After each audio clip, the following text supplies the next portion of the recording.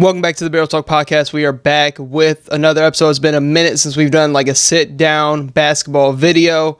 This is going to be talking about the Golden State Warriors and the lack of urgency with the Jonathan Kuminga situation. I know we have the Kawhi Leonard situation as well. Going to let that entire situation play out before I go out and make a video on it. I feel like this is really still a lot more of that story to be told, but the NBA season is kind of sneaking up on us around the corner, almost a month away from the NBA season.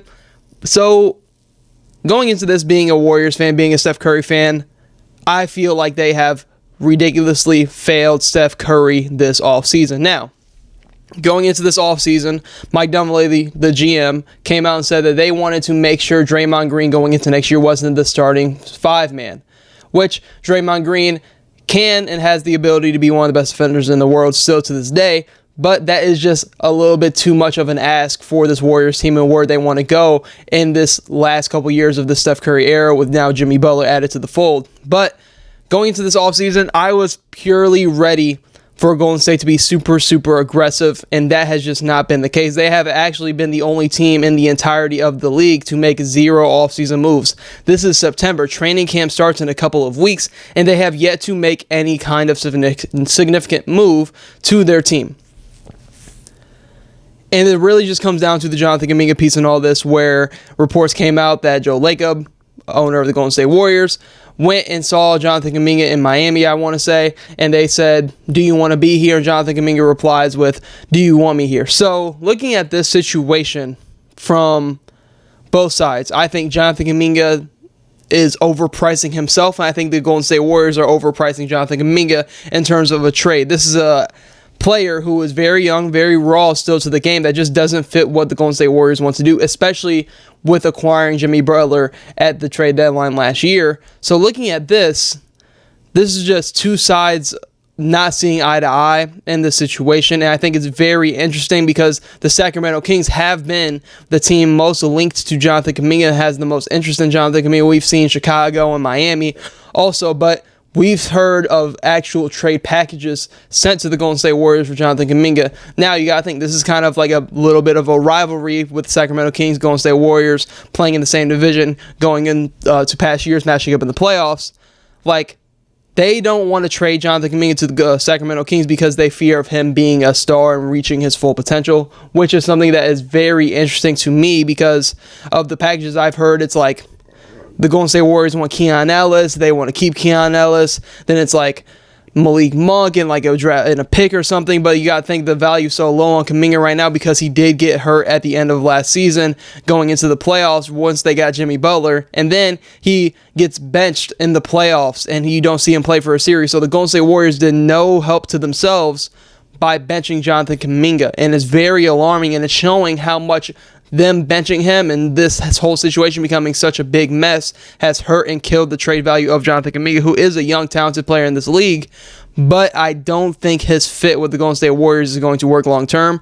And I've gotten to the point now where I just think he's going to get traded.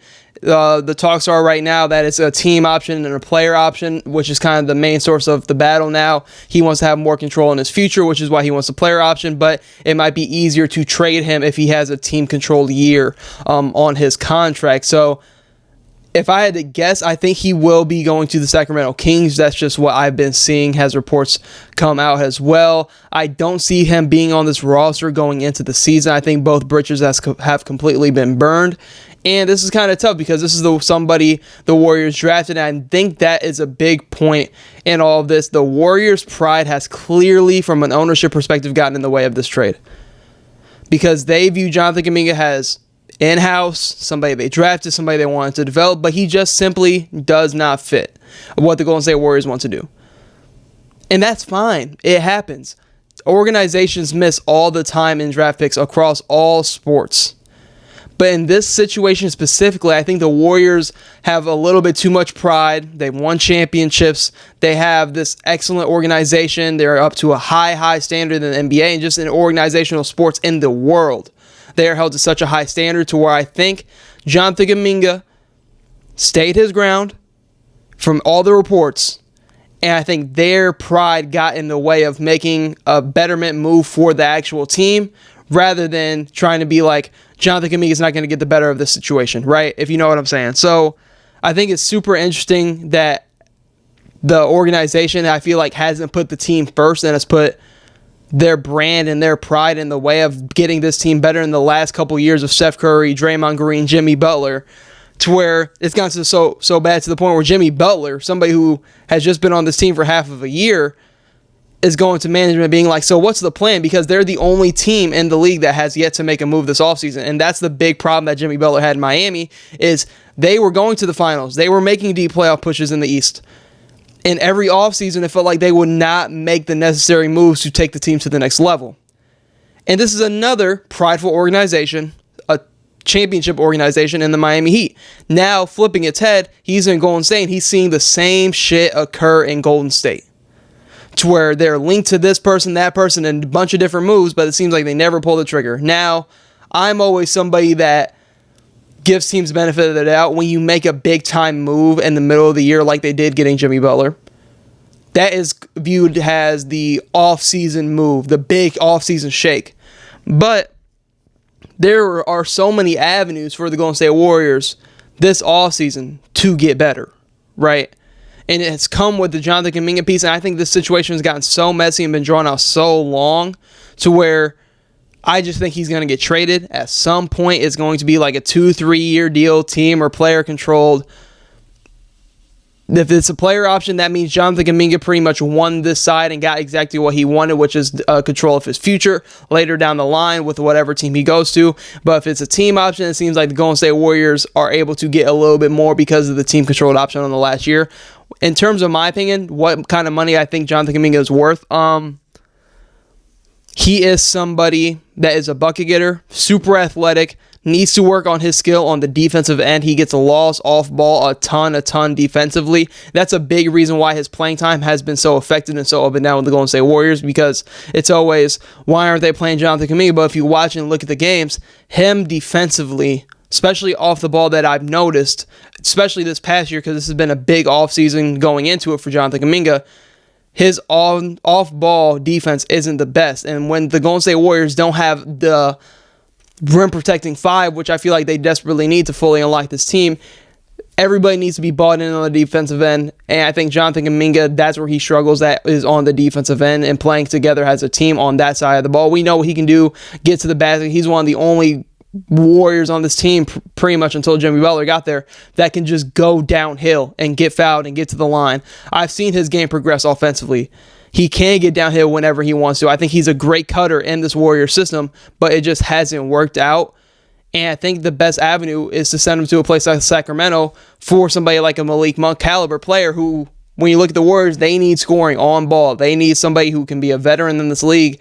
That Malik Monk is, former Sixth Man of the Year candidate, that can shoot, play make. We've seen him play the one at times. I think he's a great fit for what the Warriors want to do. And I think Jonathan Kuminga is a great fit for what Sacramento wants to do. Just bringing them up because I've seen them rumored so much and being interested in Jonathan Kuminga because they don't have that. I don't want to say Jonathan Kuminga is like this crazy blue chip prospect because he's been in the league for a couple years. I feel like we kind of know what we're getting out of Jonathan Kuminga, but his ceiling is so high that I don't think Sacramento has somebody with a ceiling as high as Kuminga can get. And I think Doug Christie and everything they have building over there, I think he would be a good fit next to scorers like Zach LaVine, DeMar DeRozan, because they will go there and let him rock out and do what he wants to do offensively. That's not the thing we're going to say. It is Steph Curry moving off the ball, and that's how everybody else eats, off the gravity of Steph Curry, which in a whole I thought would be great for Kuminga. But I've just as his game has progressed, I feel like that is just not the style that's going to help him develop. In terms of who the Golden State Warriors have been interested in linked to, it's been Al Horford, which if you're a fan of the Golden State Warriors and you go into this offseason with who was rumored and who could have moved teams and everything else like that, and you go into the offseason and your GM tells the organization, tells the fans that we don't want Draymond Green being the 5. We want to push him back to the 4, put Jimmy Butler at the 3, and get a 5-man that can be solidified, because I like Quentin Post and his spacing ability, but he seems more of a rotational bench piece. Kevon Looney's with the New Orleans Pelicans. He's out the door now. But Al Horford, yes, he can space the floor, but he's so much on the older side. It was either retirement or Golden State, especially with how the situation in Boston is going right now. They're entering more into a 1-year rebuild. compared to Al Horford now with Golden State. I like the fit, yes, but I feel like if you wanted a floor spacing 5, you already had that with Quentin Post. Yes, he's going into his second year, but he's such a valuable piece because he's 7-footer, can space the floor. You could have already had that on your bench, but you need more of a defensive-minded 5. Al Horford, I feel like at this point in his career, isn't the defender the Golden State Warriors need at that 5 spot. D'Anthony Melton, somebody I love, especially when he was healthy for Golden State. I love them bringing him back, and those are the two main additions that are waiting. I'm pretty sure there's pretty much already a handshake agreement deal that both of those guys will be on the Golden State Warriors roster going into next season and the next month or so. Until the Jonathan Kuminga situation gets resolved, it'll just be rumors, but once it does, I assume right when the Jonathan Kuminga stuff happens, Al Horford, D'Anthony Melton will already be on the team. Gary Payton II is somebody I think they need to bring back as well. He has been known to be injury prone throughout the past couple seasons, but his on-ball defense with Draymond Green and Jimmy Butler, I think he's somebody you need to have, especially because he really has this play style that only fits in Golden State with what they do. But if that's all the Golden State Warriors are doing, I think they have definitely failed Steph Curry.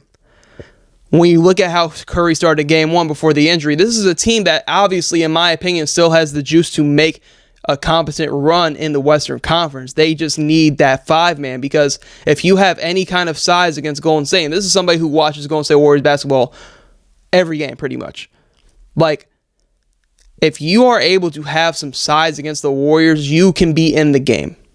Because as good as Draymond Green is as a defender, it's just a purely size mismatch. Draymond Green is in the argument for the best defender of our generation. But it's just a size thing. The teams that Golden State struggled with this past year, the Clippers, a bigger team, bigger wings. You had Zubac inside that can really be a hub for them.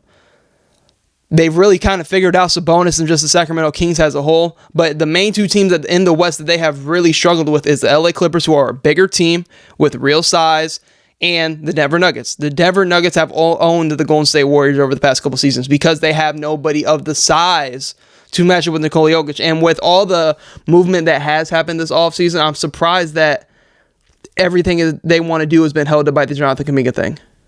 That's so alarming to me that everything that they could have done this offseason couldn't happen because of the Jonathan Kuminga thing. It's a pride thing by the organization. That's the only thing I can view it as. Because you could have been shipped him off. But it's a pride thing. You want to get the better end of the situation. You want to have your foot up. Like, in this situation, you can't have your pride in the way of making better moves for the team when Jonathan Kuminga isn't even like your building block going forward. Yes, he's a young talent, but this is still the Steph Curry era.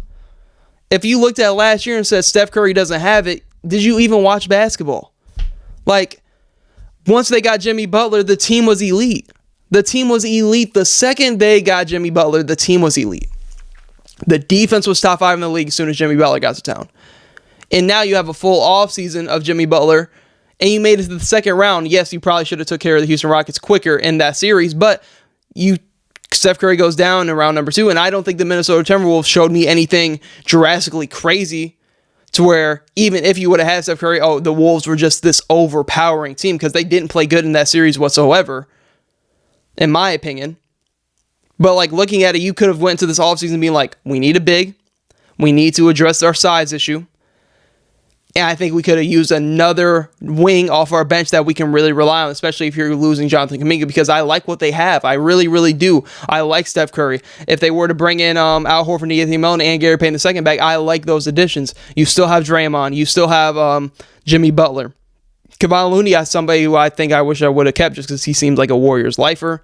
But Buddy Hield gave you some big time games in the playoffs and some big time shooting performances. Yes, he can be up and down, but Buddy Hield is somebody that you would like to see off your bench in this Golden State Warriors system. I think Podziemski's always had a little bit of up and down these past 2 years, but I think he's somebody that also fits what the Golden State Warriors wanted to do. He's a really good draft pick for them. I really like draft pick Trey Jackson-Davis as well. Quentin Post was a good draft pick. So like, they have drafted really, really well, but they're always going to look at as like, if Kuminga gets moved, like the Kuminga situation didn't work out and the Wiseman situation didn't work out. I like Moses Moody. I think Moses Moody is a caliber rotational player in this league for a very long time because he can shoot and defend. He's going to be in this league for a very long time. But if I'm looking at what the Golden State Warriors did this offseason, which is nothing, their pride got in the way of Steph Curry being able to compete for a championship going into next year. That is my takeaway from all this. They let their pride get in the way of competing with Steph Curry for championships. That's what this entire situation has come down to with the Jonathan Kuminga stuff. They haven't been able to make a single signing because the Jonathan Kuminga stuff has gotten in the way. We are in September. The season starts in 1 month. What's going on? And in my opinion, they have failed Steph Curry this offseason. And then when we go back in a couple years into the future and Steph Curry's retired, we're going to look at this offseason where the Golden State Warriors' pride got in the way of bettering the team with this Jonathan Kuminga situation. And that is this offseason going to be the reason why Curry wasn't able to fully compete to win titles towards the back half of his career. This offseason right here, because they're on a timeline with this team, this offseason right here is exactly what's going to keep the Golden State Warriors from being able to contend next year and years after, as long as Steph Curry is still on this team and healthy. That is all I have for this episode of the Barrel Talk Podcast. Just talking about the Warriors and the Jonathan Kuminga situation going into the season, which starts in a month.